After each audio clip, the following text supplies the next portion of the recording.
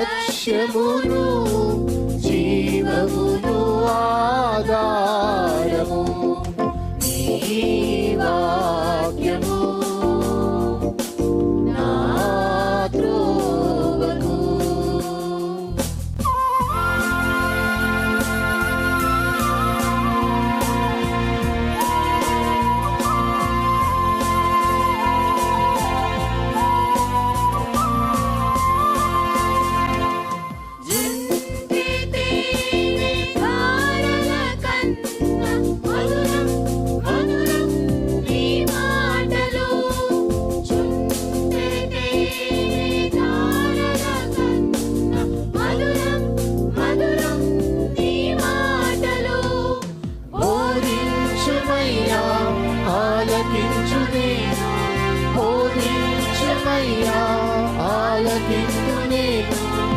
అనుసరింతునయ్యా ఆత్మశక్తితో, అనుసరింతునయ్యా.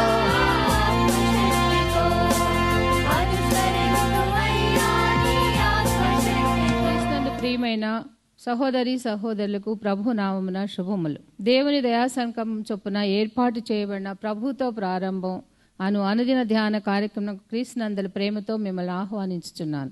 జుంటె తేనె ధారల కన్నా మధురమైన వాక్యము మన ప్రాణమును సేదతీరుస్తుంది, మన మార్గమును సరిచేయునది, నిత్యరాజ్యమునకు మనను చేర్చున్నది దేవుని వాక్యము. అటువంటి జీవార్థమైనటువంటి వాక్య ధ్యానం ద్వారా మన దినమును ప్రారంభించుట ఆశీర్వాదకరం. ప్రభుతో ప్రారంభం, తద్వారా ప్రతిక్షణము ఆయన మనతో, మన వెంట కాపరిగా, పోషకుడిగా ఉండాలని కోరుకుంటూ ప్రార్థనతో ప్రారంభిద్దాం. ఆయన ఆశీస్సులు ఆశీర్వాదములు సదా మనకు తోడైండునుగాక.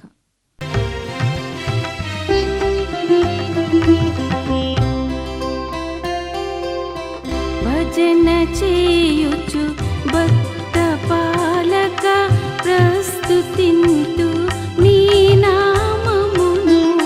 భజన చేయుచు భక్త పాలక ప్రస్తుతింతు నీ నామమును. వృజినములపై జయమునిచ్చిన, వృజినములపై జయమునిచ్చిన విజయుడా నిన్ను వేడుకొందు, విజయుడా నిన్ను వేడుకొందు. భజన చేయుచు భక్త పాలక ప్రస్తుతింతు నీ నామమును.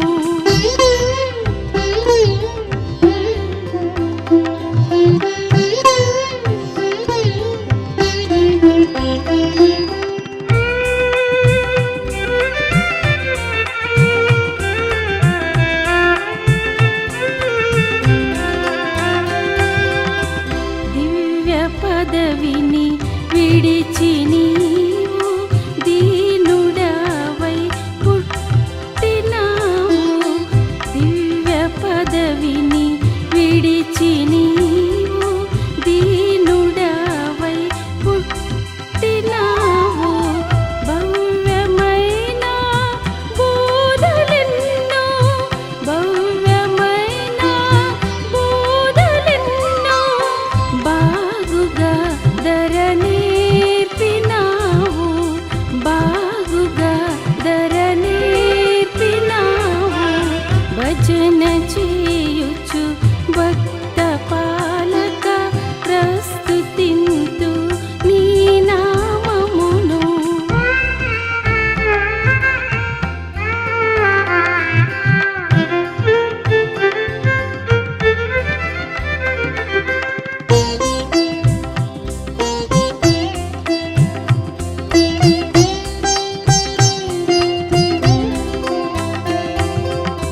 నరులగావను పరము నుండి ధరకు నీవు వచ్చినావు. నరులగావను పరము నుండి ధరకు నీవు వచ్చినావు. పరుడనైన నా కొరకు నీ ప్రాణము నర్పించినావు. పరుడనైన నా కొరకు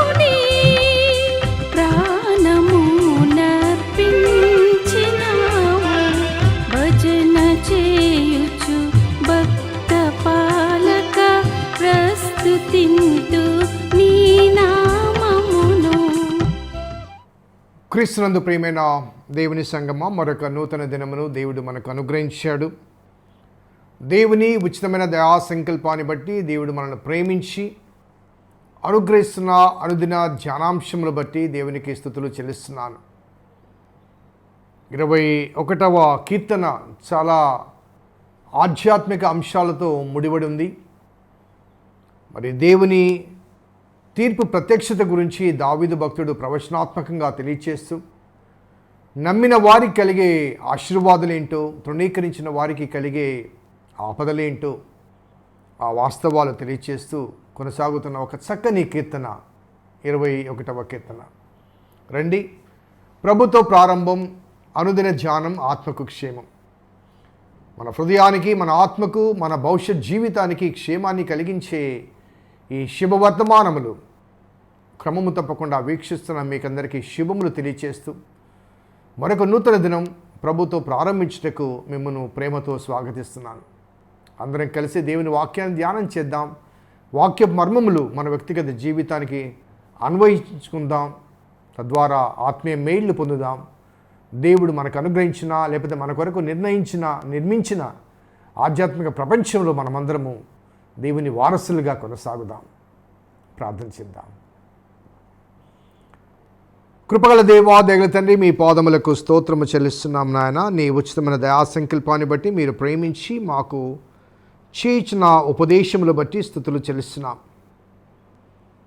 ఆనాడు దావీదు భక్తుని జీవితంలో కలిగిన కొన్ని అనుభవాలు, ప్రవచనాత్మకంగా ఆయన చెప్పిన కొన్ని అంశాలు మేము జ్ఞాపకం చేసుకుంటుండగా ఆనాడు వారికి మరి అవి మర్మాలు, ఈనాడు మాకు ఉపదేశాలు. బహుశా దావీదు ఆనాటి కాలంలో ఈ గీతాన్ని ఆలపించినప్పుడు ఈ మర్మము అతనికి గ్రాహ్యము అయి ఉండకపోవచ్చు, మాకు తెలియదు. కానీ ఈనాడు ఈ కీర్తనలోని ప్రతి అంశము కూడా మాకు స్పష్టంగా తెలియచేయబడుతుంది. స్పష్టమైన బోధ ఈ కీర్తనలో మనకు పొందుపరచబడింది. కాబట్టి ప్రభావం మేము ధ్యానం చేస్తుండగా మరి ఈ స్పష్టమైన బోధను మేము స్పష్టంగా అర్థం చేసుకొని అంగీకరించి అనుసరించుటకు మీ కృప అనుగ్రహించమని మా రక్షకుడైన యేసు నామమున అడిగి వేడుకొంచున్నాం తండ్రి, ఆమేన్. 21వ కీర్తనలోని 11, 12 వచనాలు ధ్యానం చేద్దాం. వారు నీకు కీడు చేయవలని ఉద్దేశించిరి, దురుపాయములు పన్నిరి, కానీ దానిని కొనసాగించలేకపోయిరి. నీవు వారిని వెనుకకు తిప్పివేసెదవు, నీ వింటి నారులను బిగించి వారిని ముఖం మీద కొట్టుదువు. దైవ వ్యతిరేకుల గురించి, లేకపోతే దేవుని శత్రువులుగా దేవుడు తీర్మానించిన వారి గురించి, అనగా దేవుడు ఎవరినైతే దేవుడు ఎవరినైతే గమనించాడో, లేకపోతే వారిని గుర్తించాడో, వారి యొక్క మనస్సులోని ఆలోచనలు, దైవ వ్యతిరేక విధి విధానాలు దేవుడు గుర్తించాడు, వారిని గురించి రాయబడ్డ మాటలు. సో గతంలో నేను చెప్పాను, దేవుడు వ్యక్తిని చూడడు, వ్యక్తిత్వాన్ని చూస్తాడు. నీ బాహ్య రూపాన్ని చూడు, నీ అంతరంగాన్ని చూస్తాడు. దేవుని న్యాయ తీర్పు అనేది, ఆ తీర్పు ప్రత్యక్షతలో దేవుడు తప్పనిసరిగా హృదయాన్ని పరిశోధించి మనకు తీర్పు తీర్చేవాడు. అంతేగాని బాహ్యంగా మనం చేసిన క్రియలు కానీ, చూపిన భక్తి శ్రద్ధలు కానీ, మనం చేసే ప్రార్థనలు, ప్రసంగాలు, లేకపోతే ఇచ్చే కానుకలు, ఇవన్నీ బాహ్యంగా కనిపించే, కానీ వాటి వెనక ఉన్న ఉద్దేశం, ఆ ఉద్దేశాన్ని బట్టి మనకు తీర్పు తీరుస్తాడు. God judgements always depends upon not on the deeds but on the mind behind the deed. క్రియను బట్టి మాత్రమే కాకుండా క్రియ వెనుక ఉన్నటువంటి ఆ ఉద్దేశాన్ని. నేను గతంలో చెప్పాను, కొండ మీద ప్రసంగంలో యేసుప్రభువు వారు చెప్తాడు, వ్యభిచారం చేయవద్దని చెప్పిన మాట మీరు విన్నారు కదా, ఒక స్త్రీని మోహపు చూపుతూ. అంటే ఆ వ్యభిచారం అనే క్రియ మాత్రమే కాదు, ఆ క్రియకు ప్రోత్సహించిన ఆ చూపు, ఆ మోహపు చూపు, the intention, the idea behind the deed, that is జడ్జిమెంట్లో అది పరిగణలోకి తీసుకోబడుతుంది. సో ఇక్కడ కూడా వ్రాయబడ్డ మాటను మనం గమనిస్తే, వారు కీడు చేయవలని ఉద్దేశించి దురుపాయములు పనిరి, కానీ దాన్ని కొనసాగించలేకపోయి. అనగా ఆ కీడు అనేది వారు చేయలేదు. They could not do it. మీరు గమనించండి, దావీదు శత్రువులు ఎవరైతే, అనగా దావీదు కాంటెక్స్లో తీసుకుంటే దావీదు శత్రువులు దావీదు కీడు చేయలేకపోయారు. కానీ కీడు చేయాలన్న ఆ ఉద్దేశాన్ని బట్టి దేవుడు వారిని శిక్షించాడు. అలాగే మనము కూడా దేవుని తీర్పు ప్రత్యక్షతలో కొన్ని క్రియలు మనము చేయకపోవచ్చు, కానీ ఆ క్రియలు చేయాలన్న ఆలోచన వచ్చి ఉంటుంది కదా. ఎదుటి వాడిని ద్వేషించడం కానీ, దూషించడం కానీ, వెనక చాటున మాట్లాడడం కానీ, హానికరంగా ప్రవర్తించడం కానీ, లేకపోతే అతని మీద పగ ద్వేషం కలిగి ఉండడం కానీ. ఆ పగ ద్వేషం యాక్షన్లోకి రానక్కర్లేదు, నీకు పగ ఉంటే చాలు. ద్వేషం యాక్షన్లోకి రానక్కర్లేదు, నీకు ద్వేషం ఉంటే చాలు. ఒకసారి ఆలయంలో కూర్చున్నప్పుడు ఆలోచించండి, ఒకసారి చుట్టూ చూడండి. నువ్వు అందరితో సమాధానంగా ఉన్నావా?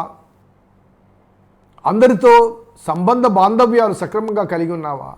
ఎవరి మీదన్నా ద్వేషం ఉందా? ఎవరి మీదన్నా కుళ్ళు ఉందా? ఒకసారి ఆలోచించారు. యోసేపు అన్నలు యోసేపుకు ద్వేషించారు, కీడు చేయాలని ప్రయత్నించారు, ఆల్మోస్ట్ కీడు చేశారు. కానీ అది వారి దృక్పథంలో కీడు, కానీ దేవుడు ఆ కీడు జరిగించనివ్వలేదు. తిరిగి ఆ గుంటలోంచి పైకి తీసుకొచ్చారు. తెలియకుండానే వారు మేలు చేశారు. ఎందుకంటే దాని ద్వారా అతను ఐగుప్తుకు వెళ్ళడం, ఐగుప్తులో రాజు తర్వాత రాజంతటి వాడు కాగలడం. ఒకవేళ గుంటలో అలాగే ఉండిపోయింటే చనిపోయి ఉండేవాడే కదండి. అంత మాత్రం చేత దేవుడు వారిని ఉపేక్షించాడా అంటే, వారికి ఒక గుణపాఠం నేర్పించాడు. వచ్చి అదే యోసేపు దగ్గర సాష్టాంగ నమస్కారాలు చేసి, పాదాభివందనాలు చేసి, యోసేపు యొక్క మంచితనం వారిని గుర్తించింది, కాపాడింది, క్షమించింది. మన జీవితాల్లో కూడా ఆ దేవుడు క్షమామయుడు కాబట్టి, ప్రేమామయుడు కాబట్టి, ఈ కీడు అనగా దైవ వ్యతిరేకమైన విధి విధానాలు చేయాలన్న ఆ మనస్సు మనకున్నప్పటికీ, మారు మనస్సు మనకు కలిగితే ఆ మారు మనస్సును బట్టి దేవుడు క్షమిస్తాడు. మారు మనస్సును బట్టి. కానీ ఈ కాంటెక్స్ట్లో దైవ వ్యతిరేకులు కీడు చేయాలని ఉద్దేశించారు, వారిలో మార్పు రాలేదు. కానీ వారు చేయలేకపోయారు, అనగా దేవుడు వారిని ఆ కీడు చేయనివ్వలేదు. అంత మాత్రం చేత వారు కీడు చేయలేదు కాబట్టి, అంత మాత్రం చేత వారు నిర్దోషులని భావించబడలేదు. ఎందుకంటే వారి ఉద్దేశము కీడు చేయాలని కాబట్టి, ఆ ఉద్దేశాన్ని బట్టి వారు ఆ తీర్పులో పరిగణలో తీసుకోబడ్డారు. సో ఆ వాస్తవాన్ని మనం జ్ఞాపకం చేసుకోవాలి. అనగా కీడు చేయవలని ఉద్దేశించి దురుపాయము పనిరి, కానీ దాన్ని కొనసాగించలేకపోయారు. ఒకవేళ దేవుని ప్రజగా మనం కొనసాగుతున్నప్పుడు, దైవ వ్యతిరేకులు మన కీడు చేయాలని ప్రయత్నం చేస్తున్నప్పుడు, we have a God who is able to protect us, who is able to provide the protection. ఆ వాస్తవాన్ని మనం గమనించాలి. ఈవెన్ ఒకవేళ శ్రమ ద్వారా శిక్షించబడి, లేకపోతే శ్రమపరచబడి, ఒకవేళ సంహరించబడవలసిన ఆవశ్యకత వచ్చినప్పటికీ కూడా దేవుని రాజ్యంలో సజీవుడిగా నీవు నేను కనబడతాం. ఎందుకంటే ఇది శాశ్వతమైనది కాదు, అది శాశ్వతమైనది. ఆ వాస్తవాన్ని మనం జ్ఞాపకం చేసుకోవాలి. సో ఆ తర్వాత వాక్య భాగంలో, నీవు వారిని వెనుకకు తిప్పివేసేది, అనగా 12వ వచనం, నీవు వారికి వెనుకకు తిప్పివేసేదవు, నీ వింటి నారులను బిగించి వారిని ముఖం మీద కొట్టుదువు. సో అనగా వారు ఏ రీతిగా అయితే మన మీదికి తిరుగుబాటు చేస్తారో, ఆ తిరుగుబాటు ద్వారా, అనగా మనం శిక్షించాలని వచ్చిన వారి మీదకే ఆ శిక్ష. ఒక సామెత ఎందుకండి, ఎవరు త్రవ్విన గుంటలో వారే పడతారని. సో దేవుని అనుసరించిన వారికి కలిగే ఆశీర్వాదాలు కానీ, దేవుని దైవ వ్యతిరేకులకు కలిగే ఆ తీర్పు కానీ ఈ రెండింటినీ ఒకసారి జ్ఞాపకం చేసుకుంటూ, దైవ వ్యతిరేకులు వారి మనసులో కలిగే ప్రతి ఆలోచన కూడా దేవుణ్ణి అనుసరించే వారికి వ్యతిరేకంగా ఉంటాయి. దైవ వ్యతిరేకులకు ఎప్పుడు కూడా దేవుని అనుసరించే వారికి వ్యతిరేకంగా ఉంటాయి. ఎందుకంటే వారు దేవుణ్ణే వ్యతిరేకించారు కాబట్టి. యోహాను సువార్తలో యేసుప్రభువు వారు స్పష్టంగా చెప్తారు, లోకము మిమ్మల్ని ద్వేషించినట్లా ఆశ్చర్యపడకుడి, మిమ్మల్ని ద్వేషించకముందు నన్ను ద్వేషించింది. కాబట్టి మీరు వెంబడించేది ఎవరినంటే లోకము ద్వేషించిన వాడిని వెంబడిస్తున్నారు కాబట్టి నన్ను బట్టి మిమ్మల్ని కూడా ద్వేషిస్తుంది. ఆశ్చర్యపడవలసిన అవసరం లేదు. కానీ దేవుడు వారి ద్వేషాన్ని పరిగణలో తీసుకుంటాడు. ఆ ద్వేషపూరితమైన క్రియ నీ జీవితంలో జరగకుండా దేవుడు నిన్ను కాపాడుతాడు. వారి ద్వేషాన్ని పరిగణలో తీసుకొని ఆ ద్వేషపూరితమైన క్రియకు నిన్ను బాధ్యుడు కాకుండా, లేకపోతే ఆ క్రియకు లోను కాకుండా దేవుడు మనల్ని కాపాడుతాడు. ఆ వాస్తవాన్ని దావీదు జీవిత చరిత్రలో చాలా స్పష్టంగా కనబడుతుంది. సౌలు చేత తరమబడుతున్నప్పుడు ఎన్నిసార్లు దేవుడు అతన్ని కాపాడాడు. సౌలు అతని హాని చేయలేకపోయాడు. సౌలుకు హాని చేయడానికి అవకాశం కలిగినప్పటికీ కూడా దావీదు 2 సార్లు ఉపేక్షిస్తాడు, విడిచిపెడతాడు. అదే దావీదు దేవుని హృదయానుసారుడు కాబట్టి అలాగా చేయగలిగాడు. కానీ సౌలు దైవ వ్యతిరేకమైన విధి విధానాలు ఉన్నాయి కాబట్టి ఆ తర్వాత కూడా తిరిగి తరమడానికి ప్రయత్నం చేశాడు. మొదటిసారి దావీదు చేత ప్రాణభిక్ష కలిగినప్పటికీ కూడా మరలా వెళ్తాడు. ఓన్లీ సెకండ్ టైం 2 సార్లు రక్షించబడిన తర్వాత అప్పుడు మానుకుంటాడు. తర్వాత ఫిలిస్తీన్లు వస్తారు. ఫిలిస్తీన్ల చేతిలో సౌలు సంహరించబడతాడు. అలాగే ఫిలిస్తీన్ల యొక్క దేశంలో ఉన్నప్పుడు గొల్యాతును సంహరించిన అదే పట్టణంలో ఉంటాడు. గొల్యాతుకు చెందిన పట్టణంలో ఉన్నప్పటికీ కూడా, గాతులో ఉన్నప్పటికీ కూడా వారి మీదకి కీడు రానివ్వడు. వాళ్ళందరినీ రాజు దగ్గరికి వెళ్ళి, రాజా ఇతను ఎవరో తెలుసా, మన గొల్యాతును చంపినోడు అనగా రాజు పిలిపిస్తే రాజు దగ్గర కొద్దిగా వెర్రివాణి వల్ల ప్రవర్తిస్తే, ఈ వెర్రివాణి నేనేంటి చేయాలి, పోనీ పంపించేయండి బయటికి అని అంటాడు. కీడు చేయాలన్న ఉద్దేశం ఆ గాతు ప్రజలకు ఉండింది, కానీ దేవుడు రాజు ద్వారా ఆ కీడు దావీదు మీద రాకుండా చేస్తాడు. అదే రీతిగా అహీతోపెలు వెళ్ళి అబ్షాలోము పంచన చేరి మరి అబ్షాలోమును దావీదుకు వ్యతిరేకంగా భిన్నమైన రీతిగా దావీదునే చంపడానికి ప్రేరేపిస్తే అబ్షాలోము దానికి సమ్మతిస్తాడు. కానీ ఆ యుద్ధంలో దావీదు రక్షించబడతాడు, అబ్షాలోము సంహరించబడతాడు. దేవుడు కాపాడాడు. కాబట్టి ఎవరైతే మన కీడు చేయాలని ప్రయత్నం చేస్తారో వారికి కీడుకు ప్రతి కీడు మనము చేయకుండా కేవలము దేవుని హత్తుకొని ప్రార్థించి నిమ్మకుంటే ఆ కీడు చేయను ఉద్దేశించిన వారు కీడు చేయకుండా దేవుడు కాపాడుతాడు అని దావీదు మనకు ఈ వర్తమానం ద్వారా తెలియజేస్తున్నాడు. కీడు చేయ ఉద్దేశించిన వారి ఉద్దేశాన్ని బట్టి శిక్షించబడతారు, కానీ ఆ కీడు వారు చేయలేరు. ఆ వాస్తవాన్ని జ్ఞాపకం చేసుకుంటారు. బైబిల్ గ్రంథంలో చాలా ఎగ్జాంపుల్స్ ఉన్నాయి. దానియేలు సింహగుణంలో వేశారు, కానీ కీడు కలిగిందా? షడ్రక్ మెషక్ అబేద్నెగోలు అగ్నిగుండంలో వేయబడ్డారు, అగ్ని వారిని కాల్చగలిగిందా? ఒకసారి ఆలోచించండి. కీడు చేయ ఉద్దేశించారు, కానీ వారు కీడు చేయలేకుండా పోయారు, ఎందుకంటే దేవుడు వారిని కాపాడాడు. ఆ విశ్వాసాన్ని మనం కాపాడుకుంటూ ఆ నిరీక్షణ కలిగిన దేవుణ్ణి వెంబడించాలి. అందుకే చివరి వచనం దేవుని స్తుతిస్తూ ఆలపించిన వచనం. ఆ వచనం గురించి రేపు ధ్యానం చేద్దాం, ప్రార్థన చేద్దాం. కృపగల దేవా, దయగల తండ్రి, మీ పాదములకు స్తోత్రము చెల్లిస్తున్నాం నాయన. నీ ఉచితమైన దయా సంకల్పాన్ని బట్టి మమ్మల్ని ప్రేమించి, అవును తండ్రి, ఈనాటి కాలంలో ప్రస్తుత పరిస్థితుల మధ్య కీడు చేయ ఉద్దేశించేవారు మా చుట్టూ ఉన్నారు, మా చుట్టూ ఉండే ప్రపంచంలో ఉన్నారు. వారు ఎరిగిన వారు కావచ్చు, ఎరగని వారు కావచ్చు, క్రైస్తవులు కావచ్చు, క్రైస్తవేతరులు కావచ్చు. వారు చేసిన ఉద్దేశాన్ని బట్టి వారికి తీర్పు ప్రత్యక్షతలో వస్తారు.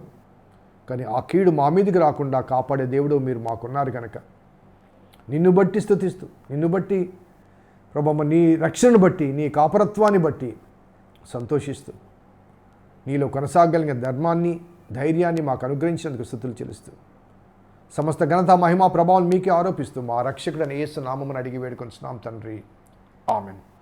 తండ్రి, కుమార, పరిశుద్ధాత్మ త్రియేక దేవుని దీవెన ఈ వాక్యాభిలాషులకు, వారి యొక్క ఆధ్యాత్మిక జీవిత అనుభవాలకు, కలిగే శ్రమలకు, శ్రమలలో కలిగే ఆనందానికి సదా తోడేండును గాక. ఆమెన్. God bless you. దేవుడిని దీవించును గాక.